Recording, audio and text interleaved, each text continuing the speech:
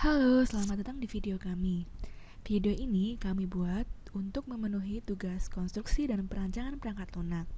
Video yang kami buat ini akan mereview 4 bab yang ada dalam buku Code Complete Second Edition 2004. Perkenalkan, kami yang mereview adalah saya sendiri, Aryesa Putri Andini dengan NRP 521210087 bersama dengan rekan saya Tori Andika Bukit dengan NRP 52121000102.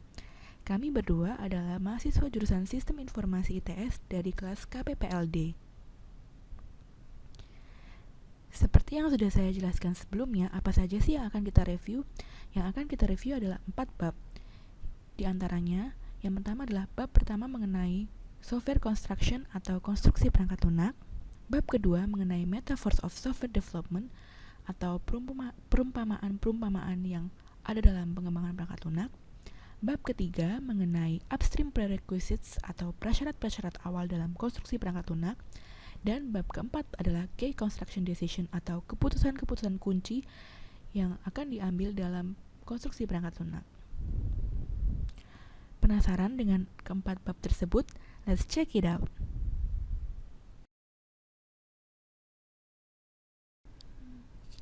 Oke, sekarang saya Aryesa akan mereview bab pertama yaitu software construction atau konstruksi perangkat lunak.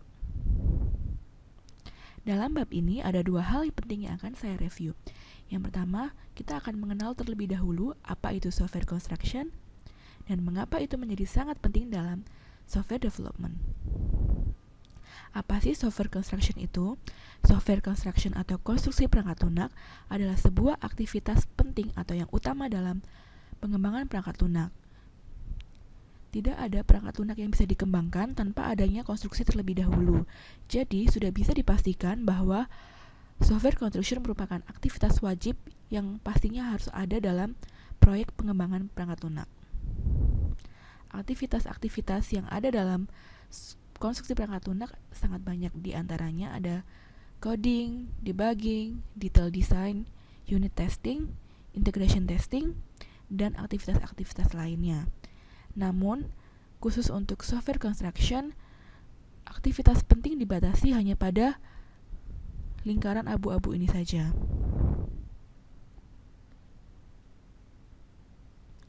Dan terlebih lagi, dalam buku ini, fokus software construction hanyalah pada coding dan debugging. Sekarang kita masuk ke poin pentingnya software construction. Kenapa sih konstruksi perangkat lunak itu sangat penting? Konstruksi perangkat lunak sangat penting karena konstruksi perangkat lunak merupakan bagian terbesar dalam pengembangan perangkat lunak. Biasanya, bagian terbesar adalah penentu kesuksesan suatu pengembangan perangkat lunak itu. Jadi, apabila kita berhasil mengkonstruksi perangkat lunak dengan baik, otomatis perangkat lunak akan dengan baik pula dikembangkan. Seperti yang saya jelaskan sebelumnya, konstruksi merupakan central activity atau aktivitas pusat. Dan konstruksi merupakan aktivitas yang dijamin harus terselesaikan. Dan dengan konstruksi perangkat lunak yang fokus, diyakini bahwa itu dapat meningkatkan produktivitas para programmer. Selain itu, hasil atau produk dari konstruksi perangkat lunak adalah sebuah source code. Source code merupakan satu-satunya deskripsi dari suatu perangkat lunak. Jadi, bila kita tidak melakukan konstruksi, maka kita tidak bisa menghasilkan source code dan kita tidak akan mengetahui deskripsi perangkat lunak tersebut. Nah, itulah dua hal poin yang ada dalam bab 1. Untuk selanjutnya, kita akan menuju ke bab 2.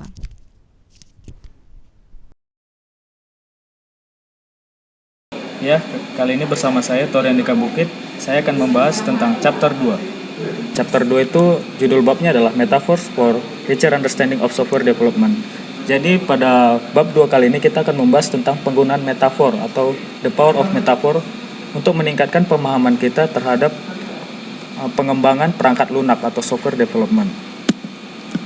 Nah, sebelum kita memulainya, pasti kita akan bertanya-tanya, apa itu metafor? Metafor itu kalau dalam bahasa Indonesianya itu adalah perumpamaan gitu. Dan kita akan mencari, setelah saya mencari di internet, ditemukan bahwa ini adalah pengertian metafor. Bisa dilihat metafor itu adalah sebuah kata benda yang pengertiannya ada dua. Yang pertama adalah a figure of speech in which a word or phrase is applied to an object or action to which is not literally applicable. Jadi metafor itu adalah sebuah kata-kata atau frasa atau bisa juga dibilang perumpamaan yang dimana dia akan membandingkan dua objek atau dua aksi atau dua tindakan yang sebenarnya tidak saling berkaitan gitu. Jadi bisa dibilang metafor itu seperti perumpamaan. Untuk lebih jelasnya kita bisa lihat pada contoh metafor. Di sini saya mengambil sebuah meme yang dari internet gitu. Jadi contohnya bisa dilihat di sini adalah seorang Selena Gomez berkata kepada saya, "You are the thunder and I'm the lightning." Kalau bisa dilihat di sini bahwa thunder dan lightning itu kan dia bukan thunder dan saya juga bukan lightningnya. Tapi di sini berbicara tentang thunder dan lightning itu adalah dua hal yang tidak bisa dipisahkan. Thunder itu adalah sebuah guntur dan lightning itu adalah kilat. Jadi di mana ada kilat pasti akan ada suara gunturnya juga. Jadi dia berbicara mengenai dua orang yang tidak dipisahkan. Nah, seperti itulah metafor bekerja. Dia bekerja bagaimana membandingkan sebuah objek tertentu terhadap objek yang lain gitu dan dicari kesamaannya. Terus kenapa sih kita perlu metafor? Ini adalah pentingnya metafor. Yang pertama adalah you can have a better understanding of the less familiar topic. Yang pastinya metafor ini kita akan membandingkan sebuah objek atau topik tertentu terhadap objek yang lainnya gitu. Jadi keunggulan metafor ini kita akan bisa lebih memahami sebuah topik yang tidak begitu kita pahami sebelumnya jika kita bandingkan terhadap topik yang kita pahami dengan jelas gitu. Yang kedua adalah the history of science is full of discoveries based on exploiting the power of metaphors. Dan untuk hal ini sudah terbukti secara ilmiah dan juga sudah dibuat dalam buku gitu. Bagaimana bisa kita lihat banyak penemuan-penemuan yang bersejarah di dalam bidang sains atau ilmu pengetahuan alam itu berasal dari metafor. Bagaimana mereka membandingkan sebuah konsep yang sangat rumit dengan konsep-konsep sederhana sehingga mereka bisa mencari persamaannya dan menemukannya. Saya pernah baca ada sebuah contoh itu, ada seorang ahli kimia menemukan teori kinetik gas dengan membandingkannya dengan sebuah permainan biliar. Bagaimana bola-bola di biliar itu saling bertabrakan satu sama lain sehingga terciptalah teori kinetik gas. Nah, metaphors contribute to a greater understanding of software development issue. Kalau kita lihat bahwa software development atau proses pengembangan atau pembuatan software itu adalah sebuah ilmu baru sehingga pastinya banyak orang belum mengerti. Dan untuk itu metafor akan berkontribusi untuk meningkatkan pemahaman kita terhadap software development itu sendiri gitu. Dan yang terakhir itu adalah ada kata seorang Fernando J. Corbato, unnecessary communication and misunderstanding are reduced with metaphors. Bahwa kita dalam dunia komunikasi sering terjadi kesalahpahaman atau misunderstanding dalam komunikasi. Pentingnya metafor adalah dia membuat sebuah konsep atau sebuah topik itu sehingga bisa dipahami dengan baik oleh setiap orang gitu, sehingga tidak ada lagi miskomunikasi. Jadi metafor, ketika kita menggunakan metafor, maka pemahaman antara orang yang satu dengan orang yang lain itu pastinya sama, sehingga misunderstanding dalam komunikasi itu pasti akan berkurang. Nah, dan setelah kita membahas tentang metafor tadi dan mengapa dia begitu penting, kita akan membahas tentang bagaimana sih menggunakan metafor itu. Metaphor serve more as a heuristic than it does as an algorithm. Metafor itu akan memberikan sebuah pemahaman yang bersifat heuristik daripada algoritma. Mungkin masih bingung ya, apa sih heuristik, apa sih algoritma? Heuristik itu kalau diumpamakan seperti lampu yang menerangi jalan, dan algoritma itu diumpamakan seperti rambu-rambu atau petunjuk jalan gitu. Yang sini saya bahas algoritma versus heuristik. Kalau algoritma itu misalnya petunjuk jalan dari satu tempat ke tempat lain gitu. Misalnya kalau saya ingin pergi ke kampus, maka saya akan memilih jalan masuk ke jalan A misalnya. Kemudian setelah jumpa persimpangan belok ke kanan. Terus ke kanan ketemu satu pos B misalnya, kemudian saya belok ke kiri, jalan terus sampai mentok, maka saya akan sampai ke kampus. Itu yang disebut algoritma. Algoritma itu adalah petunjuk-petunjuk atau direction pasti untuk mencapai suatu tujuan. Sedangkan heuristik itu adalah bersifat lebih ke menerangi atau lebih kepada cara untuk supaya sampai ke sana. Misalnya kalau heuristik itu contohnya tadi bagaimana saya untuk ke kampus adalah pertama saya keluar dulu, saya catat nama alamat saya, kemudian saya pergi keluar, kemudian menanyai orang untuk di alamat ini di mana sih, yang itu adalah alamat kampus saya. Kemudian dengan petunjuk orang itu saya bisa sampai ke kampus itu. Jadi bisa dilihat heuristik itu lebih kepada bagaimana supaya Anda untuk mendapatkan caranya untuk mencapai sesuatu, sedangkan algoritma itu adalah cara atau petunjuk pasti untuk mendapatkan sesuatu gitu. Yang ketiga adalah use them to give you insight into your programming problems and process. Jadi kita bisa menggunakan metaphors itu untuk menambah wawasan kita terhadap masalah-masalah yang ada di dalam proses programming atau proses membuat perangkat lunak yang ada di dalamnya.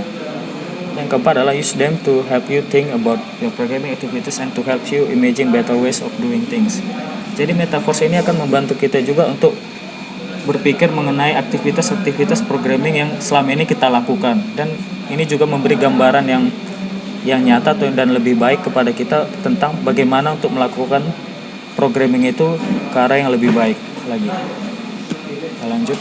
Ini adalah beberapa software metaphors atau metaphors dalam software yang sering digunakan.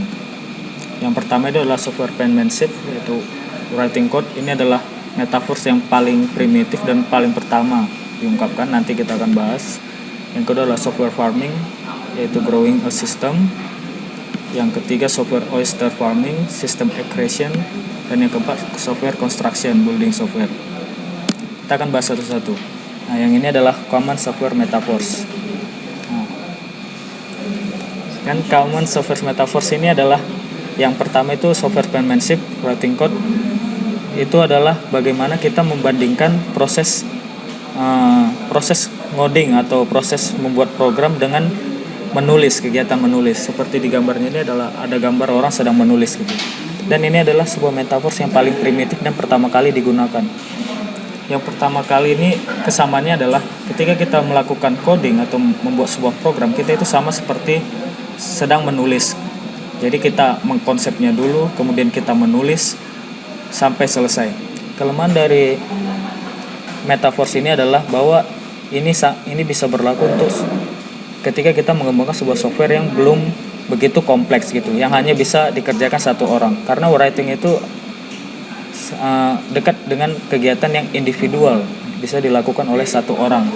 Dan ini adalah kelemahan metaphors yang pertama ini. Namanya juga ini adalah metaphors yang primitif. Jadi ya mungkin ini disesuaikan dengan project yang saat itu yang masih bisa dibilang sangat sederhana. Namun ketika kita berbicara mengenai sebuah pengembangan software yang begitu kompleks dan besar, pastinya tidak bisa dikerjakan oleh satu orang, dan pastinya tidak semudah hanya dengan kegiatan menulis. Kalau kita menulis ketika kita salah, kita akan dengan mudah membuang itu dan menulis baru lagi. Tetapi dalam kegiatan pemrograman yang sangat kompleks dan itu pasti membutuhkan kerjasama antara banyak orang, dan kesalahan-kesalahan itu tidak dengan gampang ketika terjadi kesalahan kita akan membuangnya gitu. Sehingga kita membutuhkan sebuah metaphors yang lebih menggambarkan lagi tentang kegiatan programming itu sendiri. Kita lanjut, yang kedua adalah software farming atau growing system. Ini adalah kelanjutan dari metaphors yang pertama, yaitu menganggap bagaimana kegiatan programming itu seperti kegiatan farming atau kegiatan bercocok tanam gitu. Jadi di sini adalah membandingkan dengan kegiatan bercocok tanam, di mana kita akan memulai sedikit demi sedikit gitu. Jadi kalau dalam bercocok tanam, yang pastinya pertama kita akan menanam bibit, kemudian kita akan menyiraminya, dan selama-lama tumbuhan itu akan makin lama makin besar, makin lama makin besar. Dan itu yang digambarkan juga dalam kegiatan programming atau coding yang biasanya dilakukan, yaitu bagaimana seorang programmer akan memulai mengkonstruksi atau membuat programnya sedikit demi sedikit gitu. Mungkin dia mulai dari database-nya dan mulai dari desainnya, lalu dites, dan itu tidak secara langsung tiba-tiba jadi, tapi ada sebuah pertambahan yang secara teratur gitu.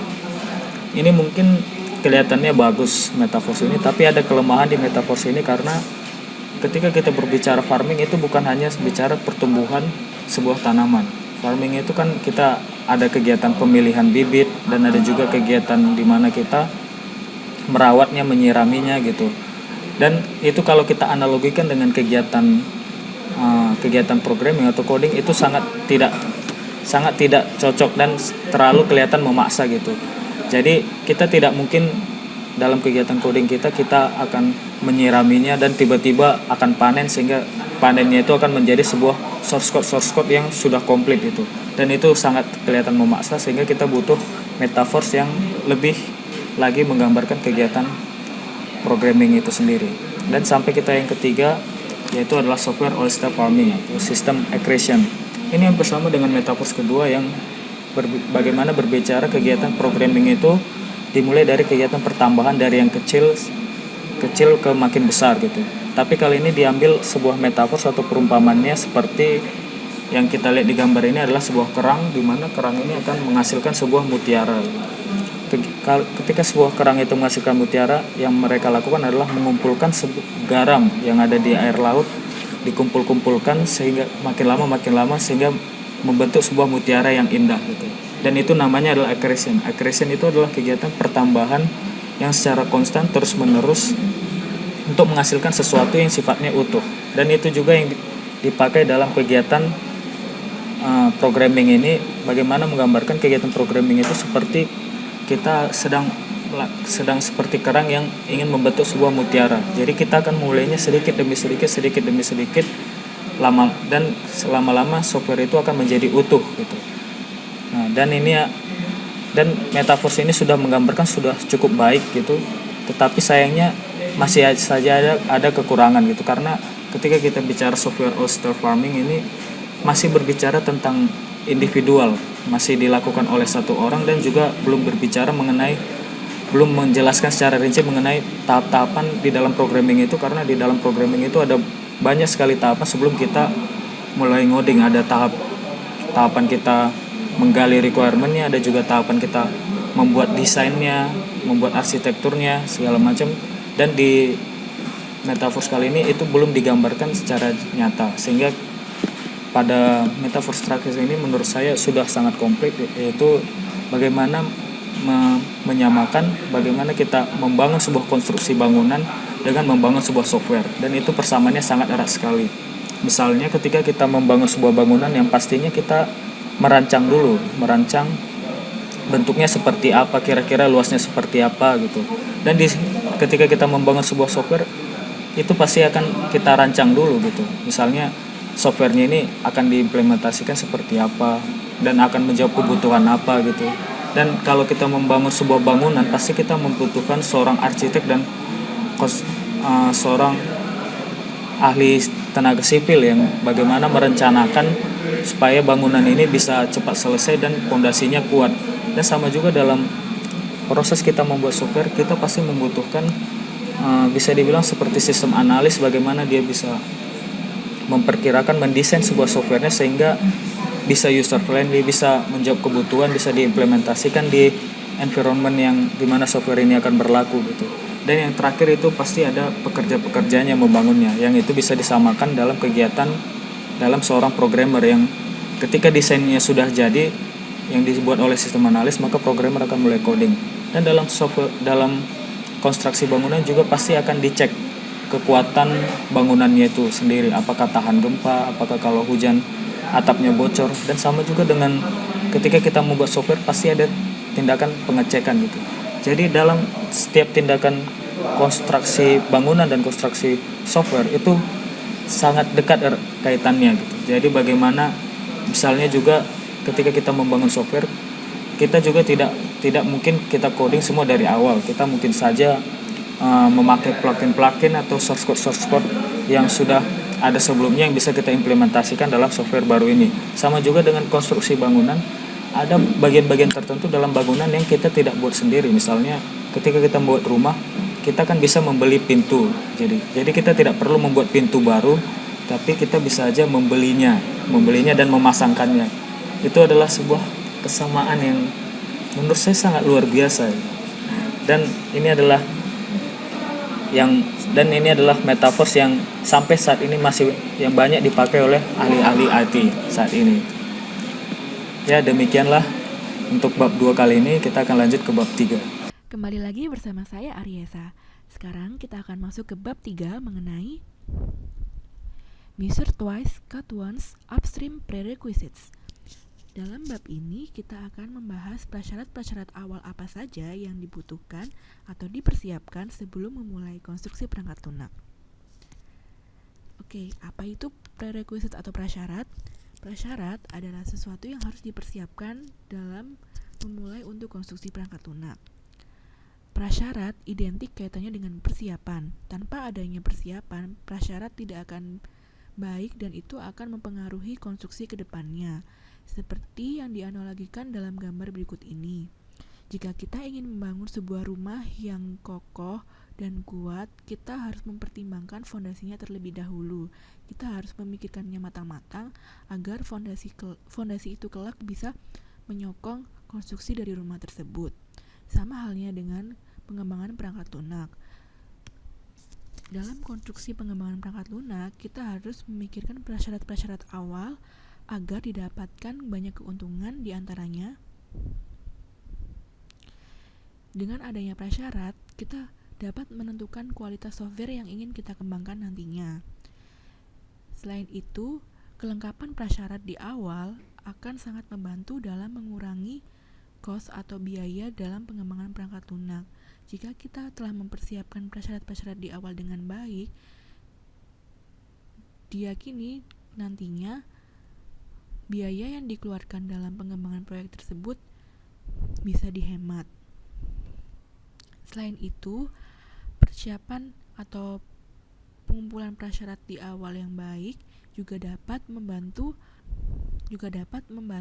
dalam menghemat waktu pengerjaan proyek. Maka dari itu prasyarat yang lengkap sangat dibutuhkan dalam proyek pengembangan perangkat lunak. Karena ketidaklengkapan dalam persiapan prasyarat akan menyebabkan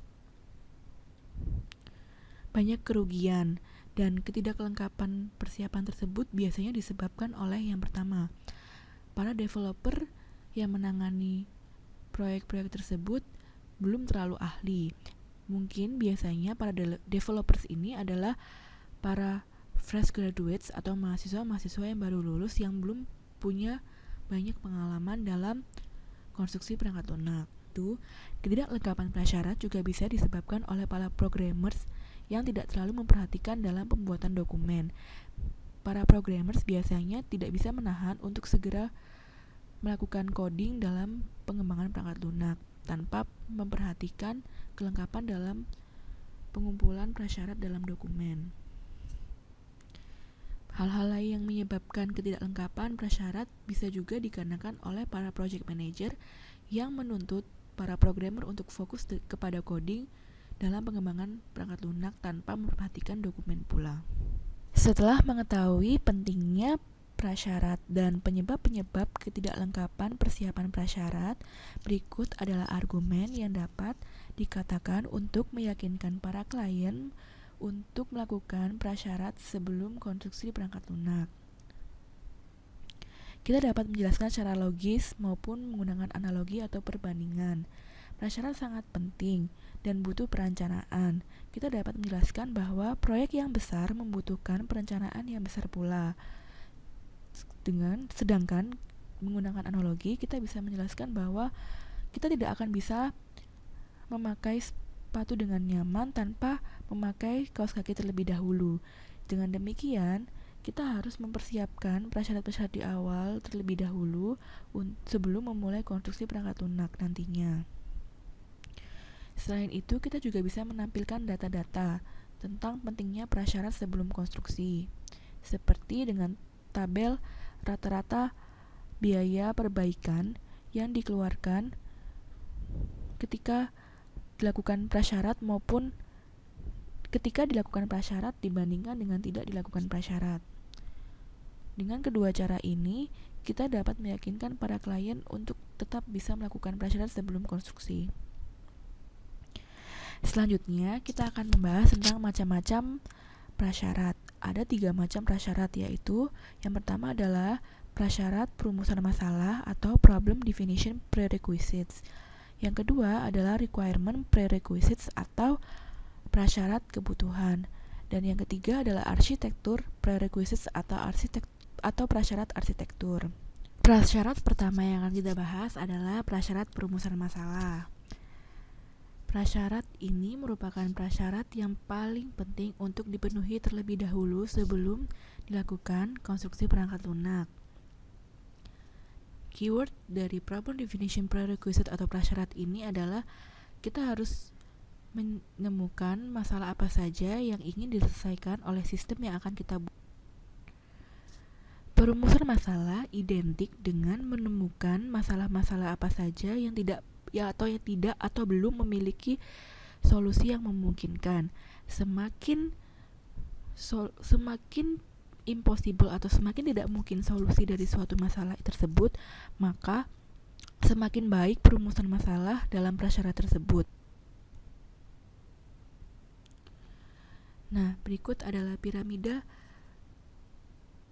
pengembangan perangkat lunak. Problem definition merupakan hal yang paling mendasar sebelum dilakukannya konstruksi perangkat lunak. Poin penting dalam prasyarat perumusan masalah adalah jangan sampai salah target. Kita harus benar-benar bisa mendefinisikan masalah di awal.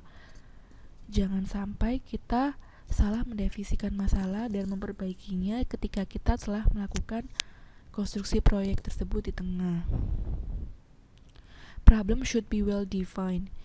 Pastikan bahwa masalah benar-benar terdefinisi dengan baik dan kita telah memiliki tujuan sebelum melakukan konstruksi perangkat lunak.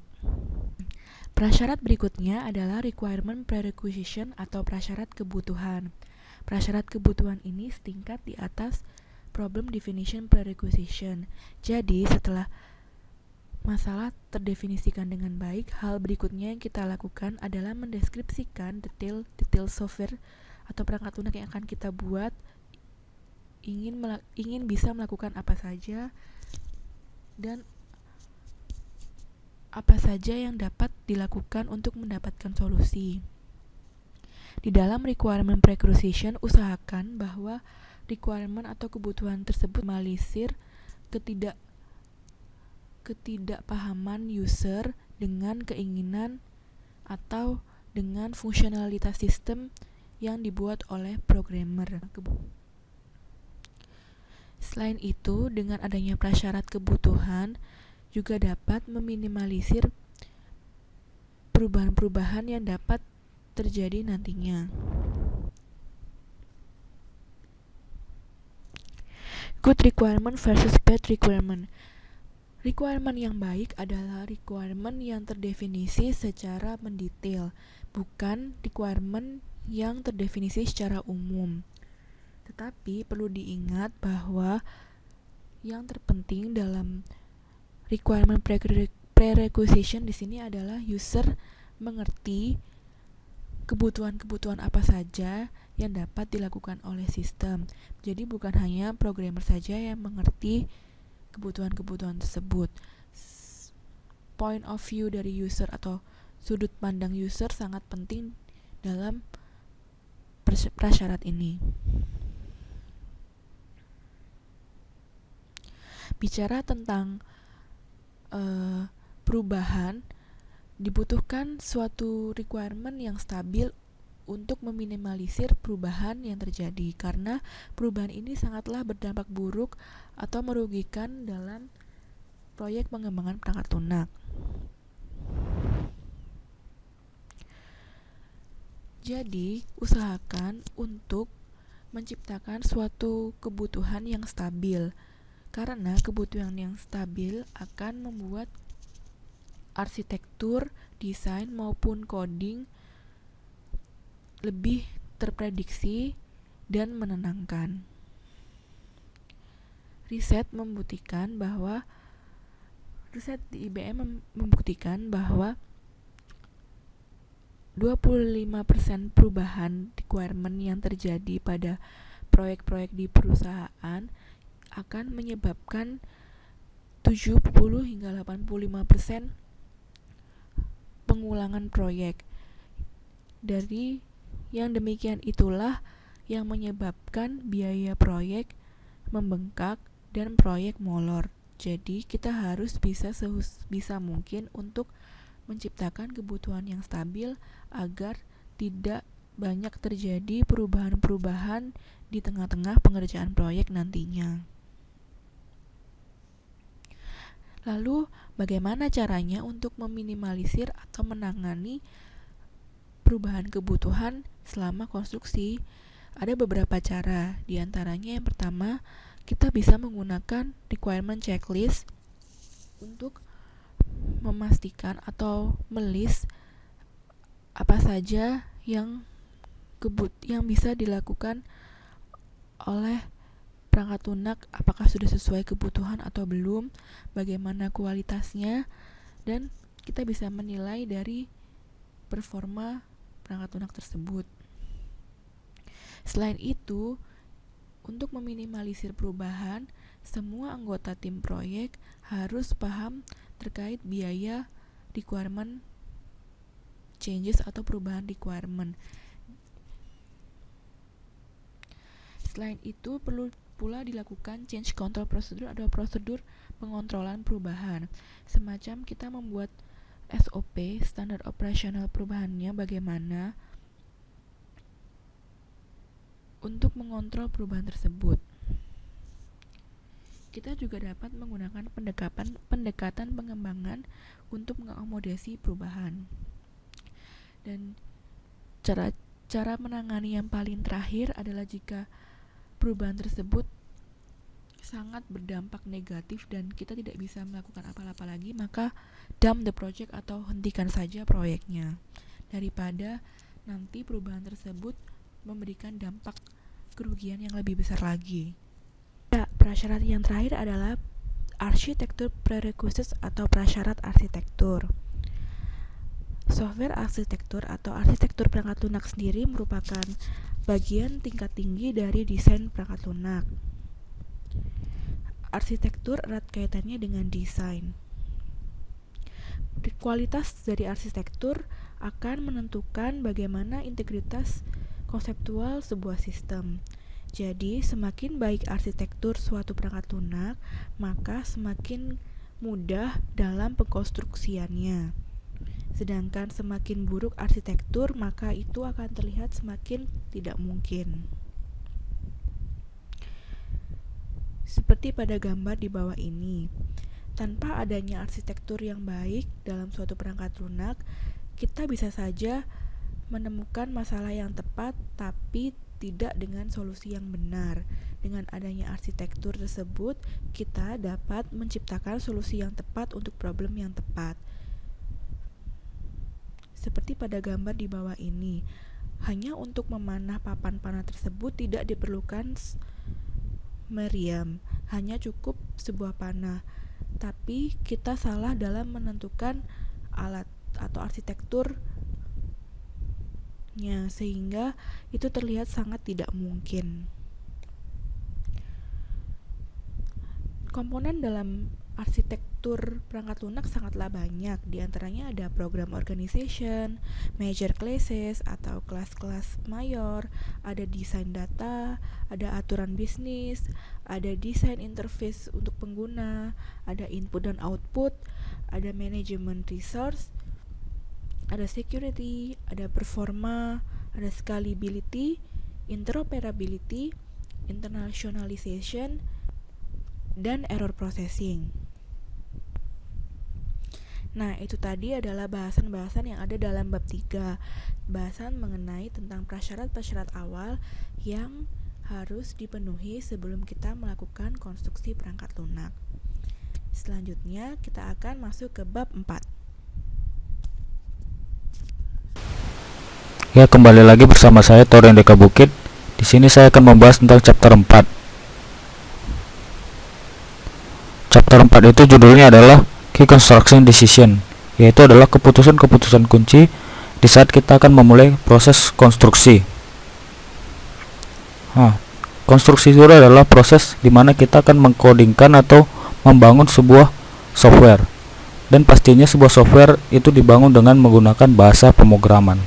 Dapat dilihat pada gambar ini ada banyak bahasa pemrograman yang saat ini bisa kita pilih untuk membuat sebuah software.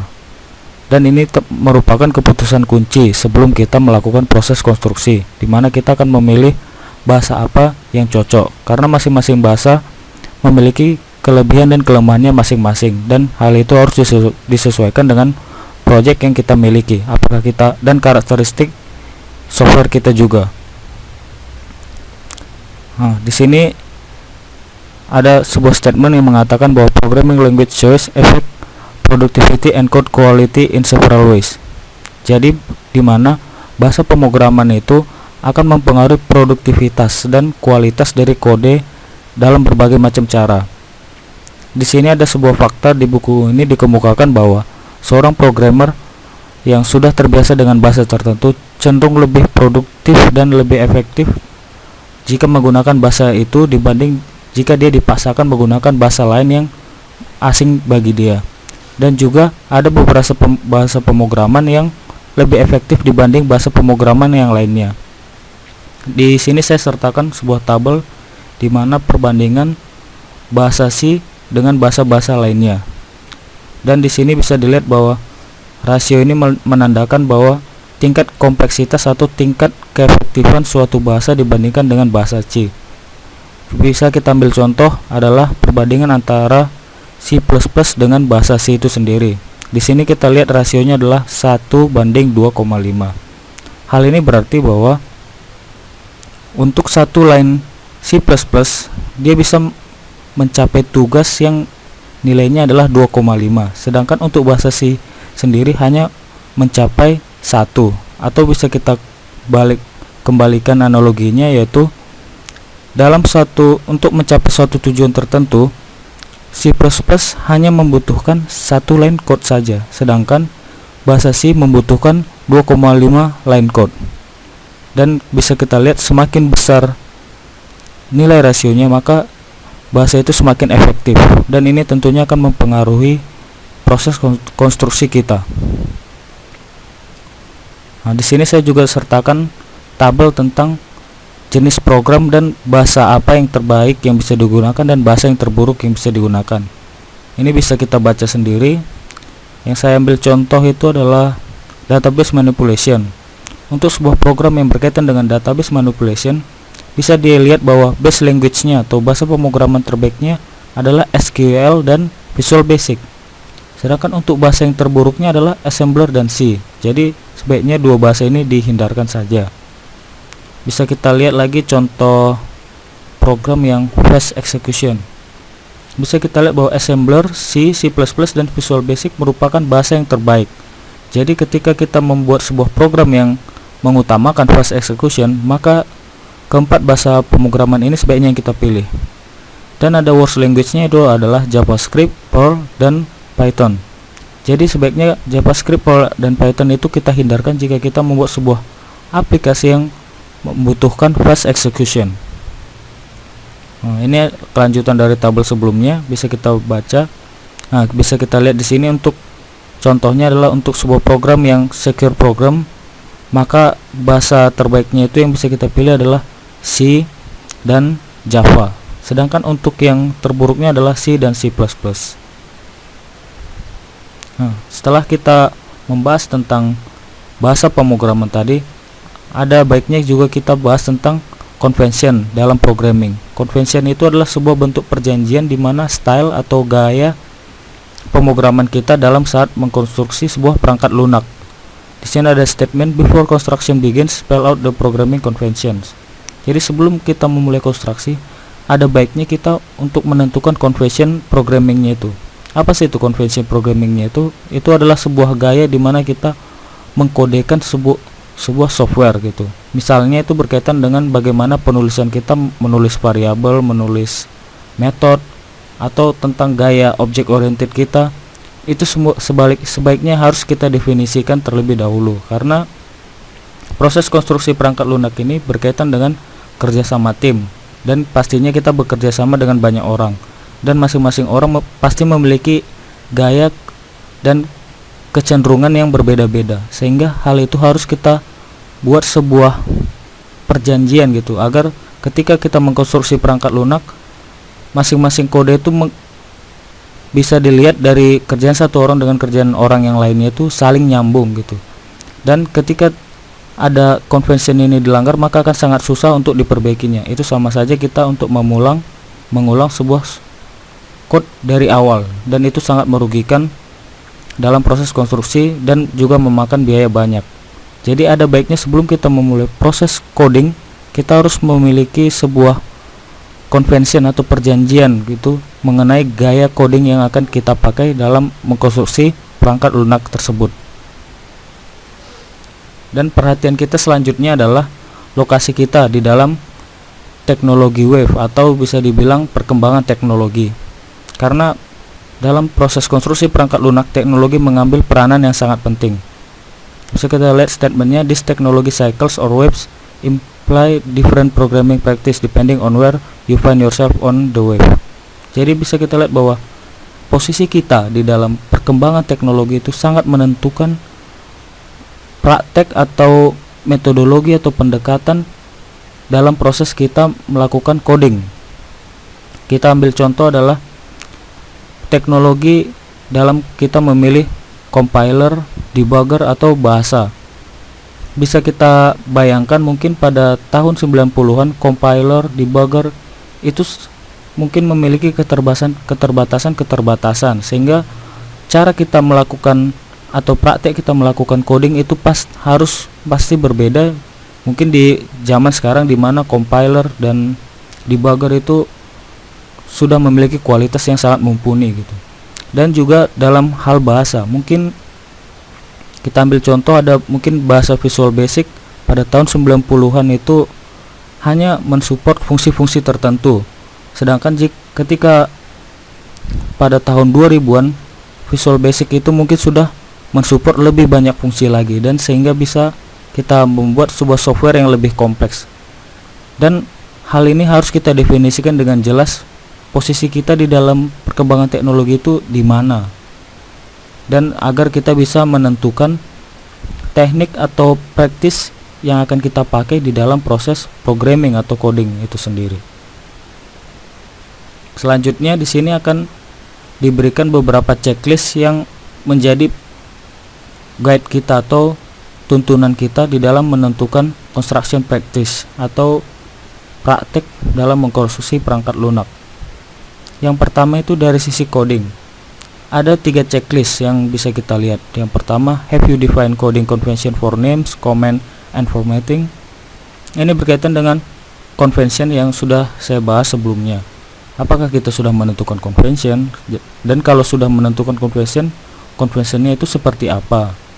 Checklist yang kedua, have you defined specific coding practice that are implied by the architecture, such as how error condition will be handled, how security will be addressed, and so on.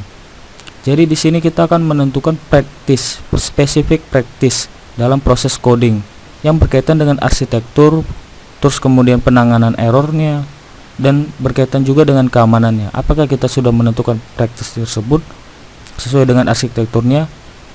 Dan checklist yang ketiga yang membantu kita untuk menentukan practice-nya adalah have you identify your location on technology wave and adjust your approach to match. If necessary, have you identify how you will program into the language rather than being limited by programming in it. Yang ketiga ini berkaitan dengan teknologi wave yang sudah saya bahas sebelumnya. Itu berkaitan dengan posisi kita atau lokasi kita di dalam teknologi wave itu sendiri, dan bagaimana kita menyesuaikan praktek atau pendekatan kita di dalam proses coding itu sendiri terhadap posisi kita di dalam teknologi wave itu sendiri.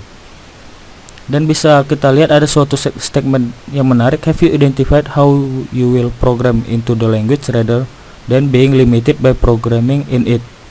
Yang dimaksud adalah programming into the language itu adalah bagaimana proses kita melakukan programming itu tidak dibatasi dengan keterbatasan bahasa pemrograman itu sendiri.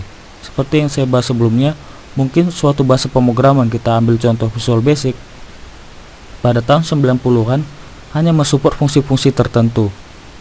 Dan ketika Visual Basic memiliki keterbatasan terhadap fungsi-fungsi yang lainnya yang mungkin belum disupport oleh Visual Basic, itu sebaiknya tidak menjadikan keterbatasan kita untuk menghasilkan sebuah software yang lebih baik gitu. Mungkin kita bisa melakukan pendekatan-pendekatan lain, mungkin kita tetap menggunakan Visual Basic tapi menggunakan plugin-plugin baru, atau mungkin kita bisa juga menggunakan sebuah teknologi pendukung yang bisa mengcover atau menutupi kelemahan dari Visual Basic itu sendiri. Jadi sebagai programmer, sebaiknya kita tidak dipengaruhi oleh keterbatasan bahasa pemrograman yang kita pakai. Sebaiknya cara berpikir kita jauh lebih luas dan tidak dibatasi sama sekali oleh bahasa pemrograman yang kita pakai itu sendiri. Kemudian dari sisi teamwork, karena pastinya konstruksi perangkat lunak ini, yang apalagi kalau kita berbicara dengan skala besar, pasti membutuhkan teamwork.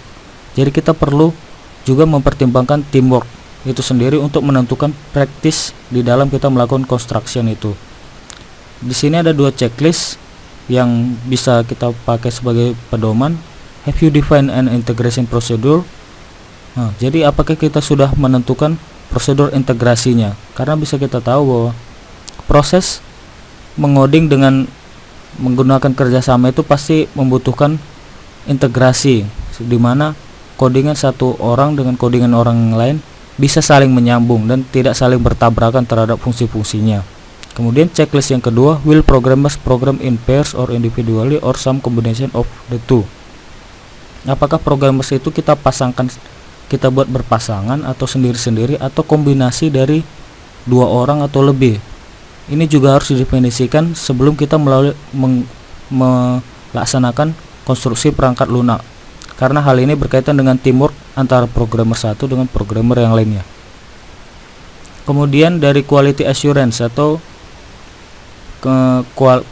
quality control dan sejenisnya, bagaimana kita menghasilkan sebuah software itu agar berkualitas. Di sini ada 5 checklist yang bisa kita pakai. Yang pertama itu, will programmers write test case for their code before writing the code itself? Apakah programmer itu sebelumnya sudah menulis test case-nya dan kemudian baru dia menulis kodenya? Apakah programmer sudah menulis unit testnya? Dan apakah programmers atau langkah-langkah apa yang programmers lakukan sebelum saat melakukan debuggers dan lainnya? Itu bisa dibaca. Ini berkaitan dengan quality assurance, atau bisa dibilang juga berkaitan dengan proses testing. Jadi proses quality assurance ini juga menyumbang pertimbangan kita untuk memilih praktis seperti apa di dalam proses kita mengkonstruksi perangkat lunak itu. Dan yang terakhir adalah tools, yang pastinya ketika kita mulai melakukan konstruksi perangkat lunak, kita akan memerlukan tools terkait dalam proses pembangunan perangkat lunak itu sendiri. Ada 4 checklist yang bisa kita pakai. Have you selected a revision control tools? Have you selected language and language version or compiler version? Ini berkaitan dengan pemilihan bahasa dan compilernya. Dan ini juga berkaitan dengan teknologi wave seperti yang sudah saya bahas sebelumnya. Have you decided whether to allow use of non-standard language feature? Have you identified and acquired other tools you will be using? Editor, refactoring tools, debugger, test framework, syntax checker, and so on. Jadi tools-tools yang akan kita pakai juga harus kita definisikan dengan jelas. Dan dari tools-tools yang akan kita pakai itu akan menjadi pertimbangan kita untuk memilih praktisnya. Jadi diantara bagian-bagian yang sudah saya sebutkan tadi dan checklist-checklist yang sudah saya jabarkan di PPT ini, sebaiknya sebelum kita memilih praktis yang akan kita gunakan untuk konstruksi perangkat lunak, kita harus tahu dan mengikuti checklist-checklist tersebut dan menjawab pertanyaannya, sehingga dengan begitu kita akan tahu praktis mana yang cocok untuk proyek pembuatan atau konstruksi perangkat lunak itu. Dan selanjutnya, untuk mungkin ada beberapa di bagian checklist ini yang kita nggak mengerti atau kurang mengerti, selanjutnya di buku ini akan dibahas lebih lanjut. Mungkin pada bagian convention mungkin kita belum tahu, tapi di buku ini akan dibahas lebih lanjut, dan pastinya akan menarik untuk melihat bagaimana sih konstruksi perangkat lunak itu, karena kita tahu konstruksi perangkat lunak adalah salah satu step penting di mana yang menunjang proses keberhasilan pembangunan perangkat lunak itu sendiri. Tanpa ada konstruksi perangkat lunak tidak mungkin bisa dibuat. Sekian topik dari saya. Semoga ini bermanfaat dan semoga kita bertemu di lain waktu di mana saya bisa men-share lebih banyak ilmu-ilmu saya tentang konstruksi perangkat lunak, dan semoga ini bisa membantu orang-orang yang terkait, terutama praktisi-praktisi IT atau programmer, sehingga bisa melakukan proses konstruksi perangkat lunak yang lebih efektif dan lebih bagus lagi. Terima kasih.